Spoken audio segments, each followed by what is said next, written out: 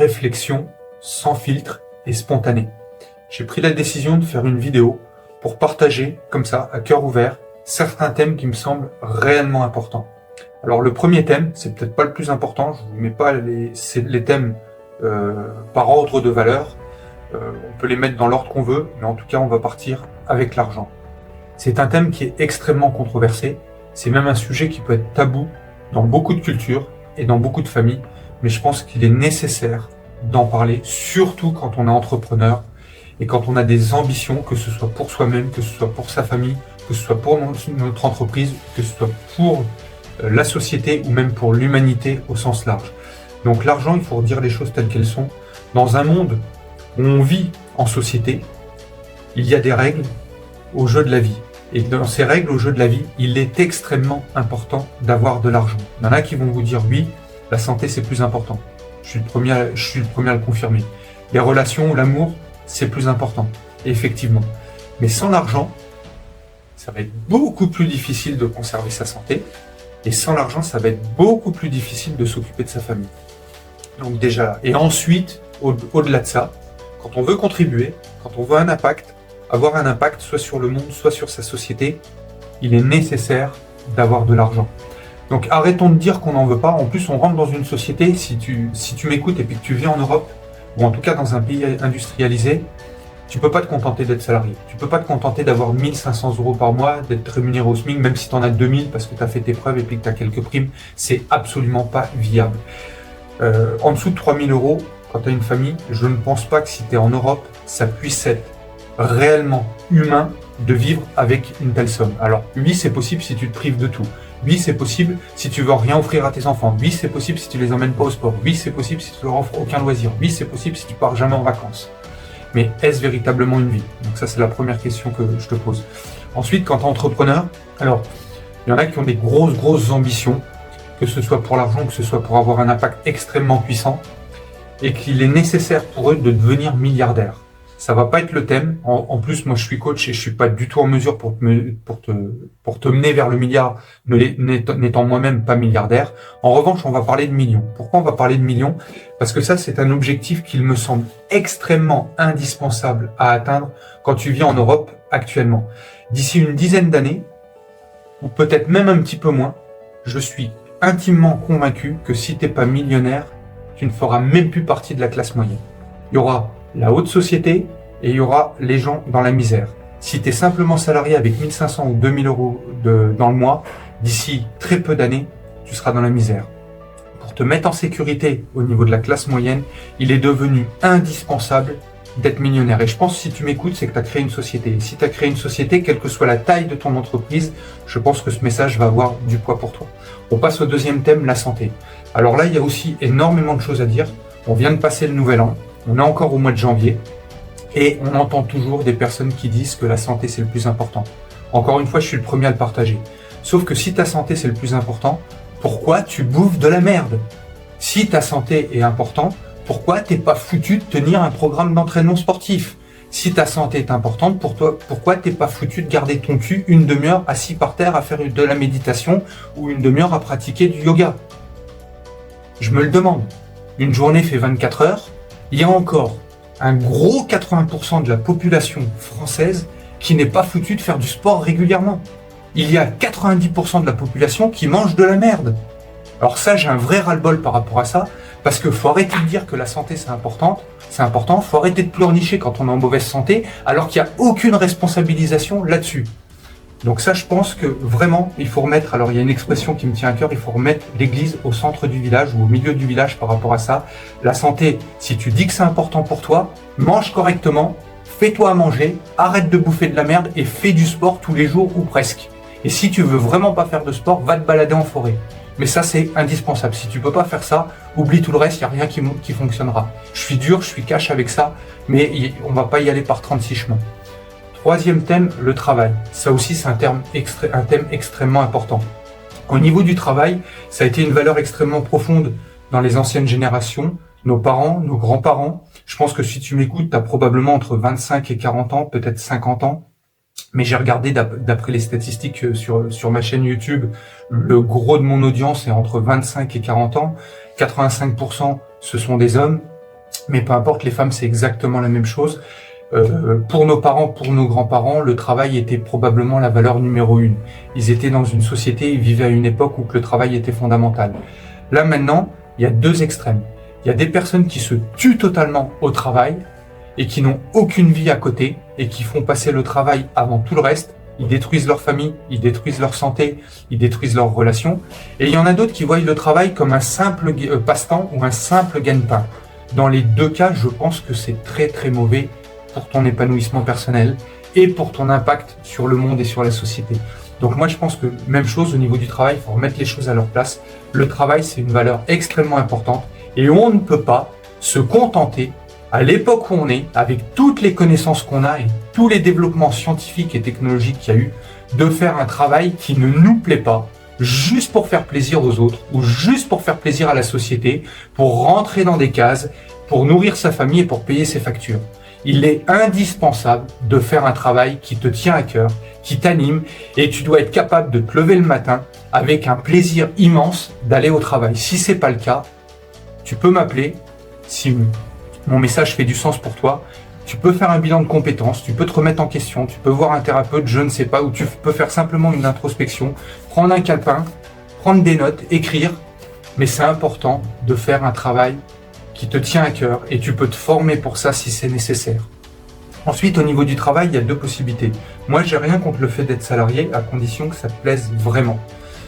Ensuite, il y a l'entrepreneuriat. L'entrepreneuriat, pour moi, c'est quelque chose qui me tient à cœur.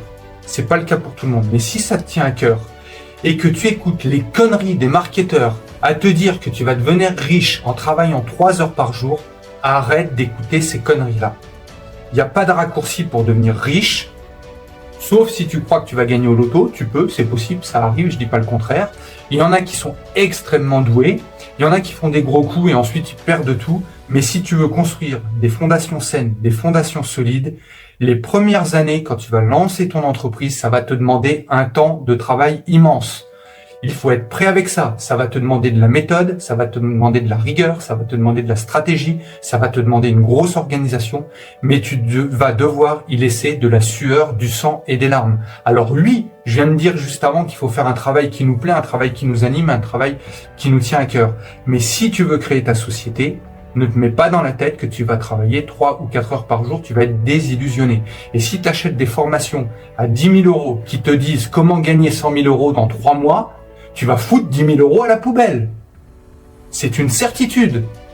Et encore une fois, si tu fais partie des 1% ou des 0,1% de ceux qui vont gagner de l'argent avec ce type de formation, c'est fortement que tu aurais été capable de les gagner sans ça parce que tu es super doué. Ou alors, c'est que tu remets ton entreprise, tes finances et ta vie au hasard et au loto. Libre à toi. Ensuite, les relations humaines. Alors, les relations humaines, c'est aussi un thème qui est extrêmement important. J'en ai marre de tous ces chats, j'en ai marre de ces robots, j'en ai marre de ce développement de l'intelligence artificielle. Alors oui, peut-être que ça va être utile, je dis pas le contraire. Peut-être que je fais partie de ces vieux dinosaures qui ne comprennent rien aux technologies, je dis pas le contraire. J'ai mis des années avant de pouvoir avoir un site internet, j'ai mis des années avant de réussir à communiquer sur les réseaux sociaux. Donc je suis peut-être pas la meilleure personne pour ça.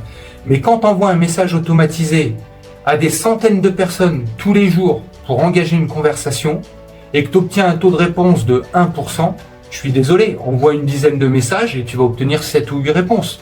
Tu n'es pas obligé d'envoyer des centaines de messages. De toute façon, si tu veux travailler et avoir des contacts, avoir des prospects, tu n'as pas besoin de créer une relation avec 10 000 prospects potentiels.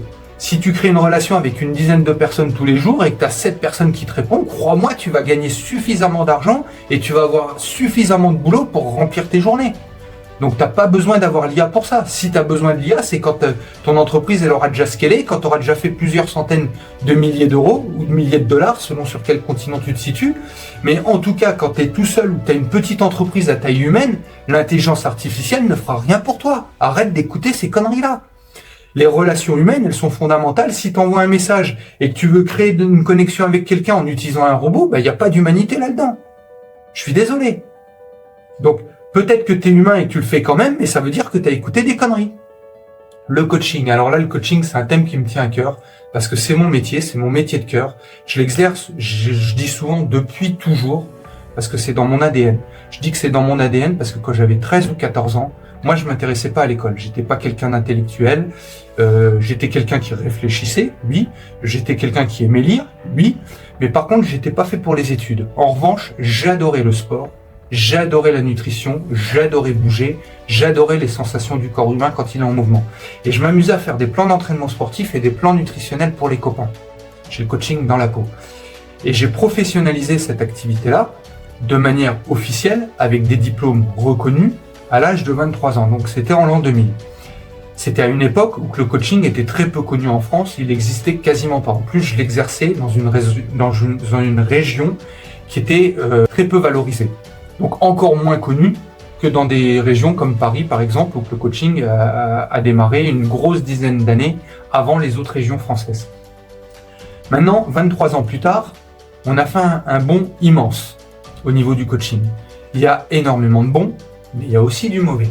Au niveau du bon, on a professionnalisé nos approches, on les a expertisées de plus en plus, on a de plus en plus de connaissances prouvées par la science, par la psychologie et par les neurosciences, mais il y a aussi énormément de dérives. Quand il y a un marketeur, je reviens à la fameuse formation qui te promet de faire 100 000 € dans 3 mois, quand tu as un marketeur qui te prône des formations comme ça, peut-être qu'il y a une méthode derrière. Je dis pas le contraire. Peut-être qu'il y a une technique, peut-être qu'il y a une stratégie, mais ça n'est pas du coaching. Le coaching, ça vient de Socrate, c'est la maïeutique, c'est le jeu des questions. Ça veut dire qu'on va chercher qui tu es en profondeur, quelles sont tes valeurs, quelles sont tes croyances, qu'est-ce qui fait tes forces, qu'est-ce qui fait tes faiblesses, et par rapport à ça, on co-crée ensemble. Là, on est sur du coaching. Mais si tu dois dupliquer une méthode ou une stratégie qui ne fait pas du tout partie de tes valeurs, tu peux appliquer la meilleure méthode du monde, elle va pas fonctionner pour toi.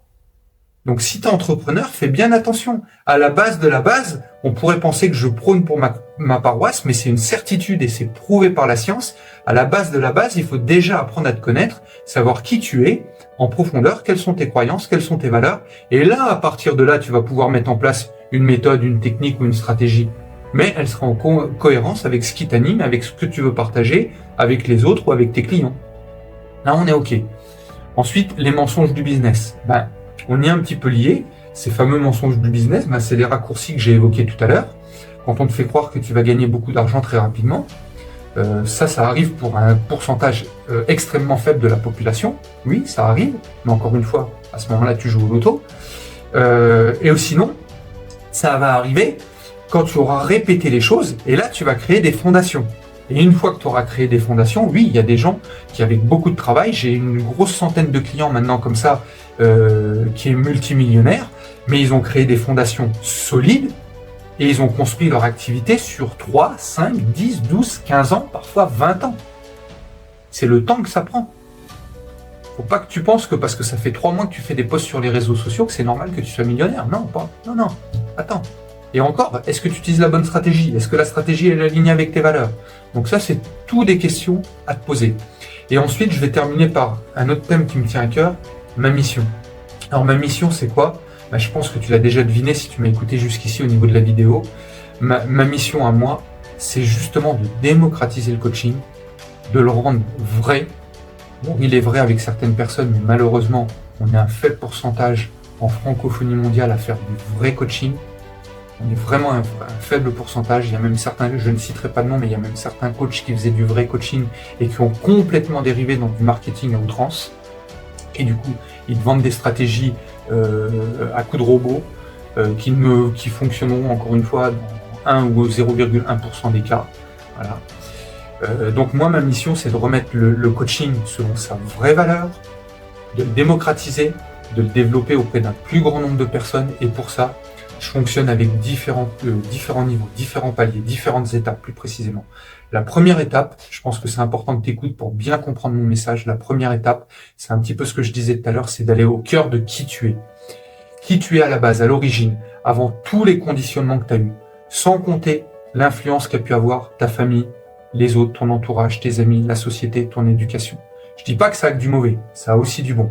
Mais par contre, qui tu es véritablement à l'intérieur de toi, quelles sont tes croyances, quelles sont tes valeurs, quelles sont tes forces, quelles sont tes faiblesses. Deuxième étape, la roue de la vie. La roue de la vie, c'est les différents domaines de vie qui ont de l'importance pour toi. Alors j'en ai cité quelques-uns, j'ai cité l'argent, j'ai cité le travail, j'ai cité la santé, j'ai cité l'amour, j'ai cité les relations, la famille. Donc quels sont les différents domaines de vie qui pour toi ont vraiment de la valeur, où tu te situes et où tu veux aller. Ensuite, troisième étape, ça va être la prise de décision. Prise de décision, j'en parle souvent parce que c'est capital. Sauf que si tu prends une décision avant d'avoir fait la première et la deuxième étape, il y a de fortes chances que cette décision ne soit pas bonne pour toi. Et du coup, ça multiplie les risques que tu n'ailles pas au bout. Alors que si tu prends une décision à la troisième étape, là on rentre dans ce qu'on appelle une décision ferme et engagée, décidère, qui vient du latin tuer toute alternative. Et là on sait très bien, avec l'expérience et avec les neurosciences, que tu vas être capable d'aller au bout de ta décision et donc d'atteindre l'objectif que tu t'es fixé ou le but que tu t'es fixé. Ça prendra peut-être du temps, encore une fois, moi je suis pas là pour te vendre du rêve, mais en tout cas j'ai la certitude que tu atteindras ton objectif à condition que ta décision soit la bonne et que tu la poses de manière ferme et engagée. Ensuite, quatrième étape, le plan d'action. Mais encore une fois, c'est de la co-création. Parce qu'on fait du coaching, je ne fais pas du consulting. Je peux te donner des conseils si tu me demandes des conseils, mais quoi qu'il en soit, ça revient à toi. Il en revient de ta responsabilité de les mettre en application. Donc, le plan d'action, il est co-créé. C'est pas moi qui le fais tout seul, juste pour toi, et je te dis pas de l'appliquer à la lettre. Donc ça, c'est la quatrième étape. Et la cinquième étape, ça manque énormément dans trop de coaching. Moi, je peux te dire, j'ai été pendant 8 ans coach sportif, même si maintenant, je fais beaucoup plus de neurosciences et de préparation mentale et que je suis axé sur ce que j'appelle les 3 piliers. Interroge-moi si tu veux que j'approfondisse sur les 3 piliers. Mais en tout cas, la cinquième étape, c'est l'entraînement.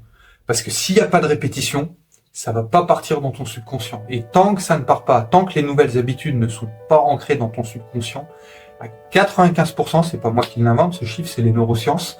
S'il y a des études, il y a beaucoup d'études scientifiques qui l'ont démontré, à 95%, tu vas fonctionner en pilotage automatique. Et ton pilotage automatique, c'est toutes les habitudes que tu as développées de ta naissance jusqu'à aujourd'hui. Donc dans ces habitudes, il y en a des bonnes et il y en a des mauvaises. Les mauvaises, si tu veux les retirer, il faut qu'on travaille sur ton subconscient. Donc il faut créer un entraînement, un ancrage. Il y a aussi l'hypnose qui peut fonctionner, mais par contre l'hypnose, il va falloir que tu apprennes à la contrôler. Donc ça, c'est autre chose. Moi, je suis pas formé pour l'hypnose, mais je peux t'en parler si tu veux. Mais ce qui est extrêmement important, c'est quelle mauvaise habitude tu retires et quelle nouvelle habitude tu mets en place. Et de manière ancrée, donc ça passe par l'entraînement et c'est une cinquième étape. J'espère que ça fait du sens pour toi, que j'ai pu t'apporter de la valeur. Je t'invite à mettre un commentaire, moi ça me fera extrêmement plaisir d'y répondre. Ça donnera aussi de la force à ma chaîne. Et en même temps, si tu veux qu'on rentre en relation, si tu veux qu'on fasse équipe ensemble, sois à l'aise de me contacter. Je ne mettrai aucune pression pour la vente. Tu me poses toutes les questions que tu veux. J'y réponds avec le cœur, avec précision. On peut approfondir certaines choses. La décision de travailler ensemble, elle est commune. C'est pas toi qui la prends tout seul, c'est pas moi qui la prends tout seul. Moi, j'exerce pas de pression, pas d'influence. En revanche, il faut au préalable qu'on ait un échange, au moins de quelques minutes, à cœur ouvert, tous les deux, réciproquement. Je te souhaite une belle journée et je te dis à bientôt.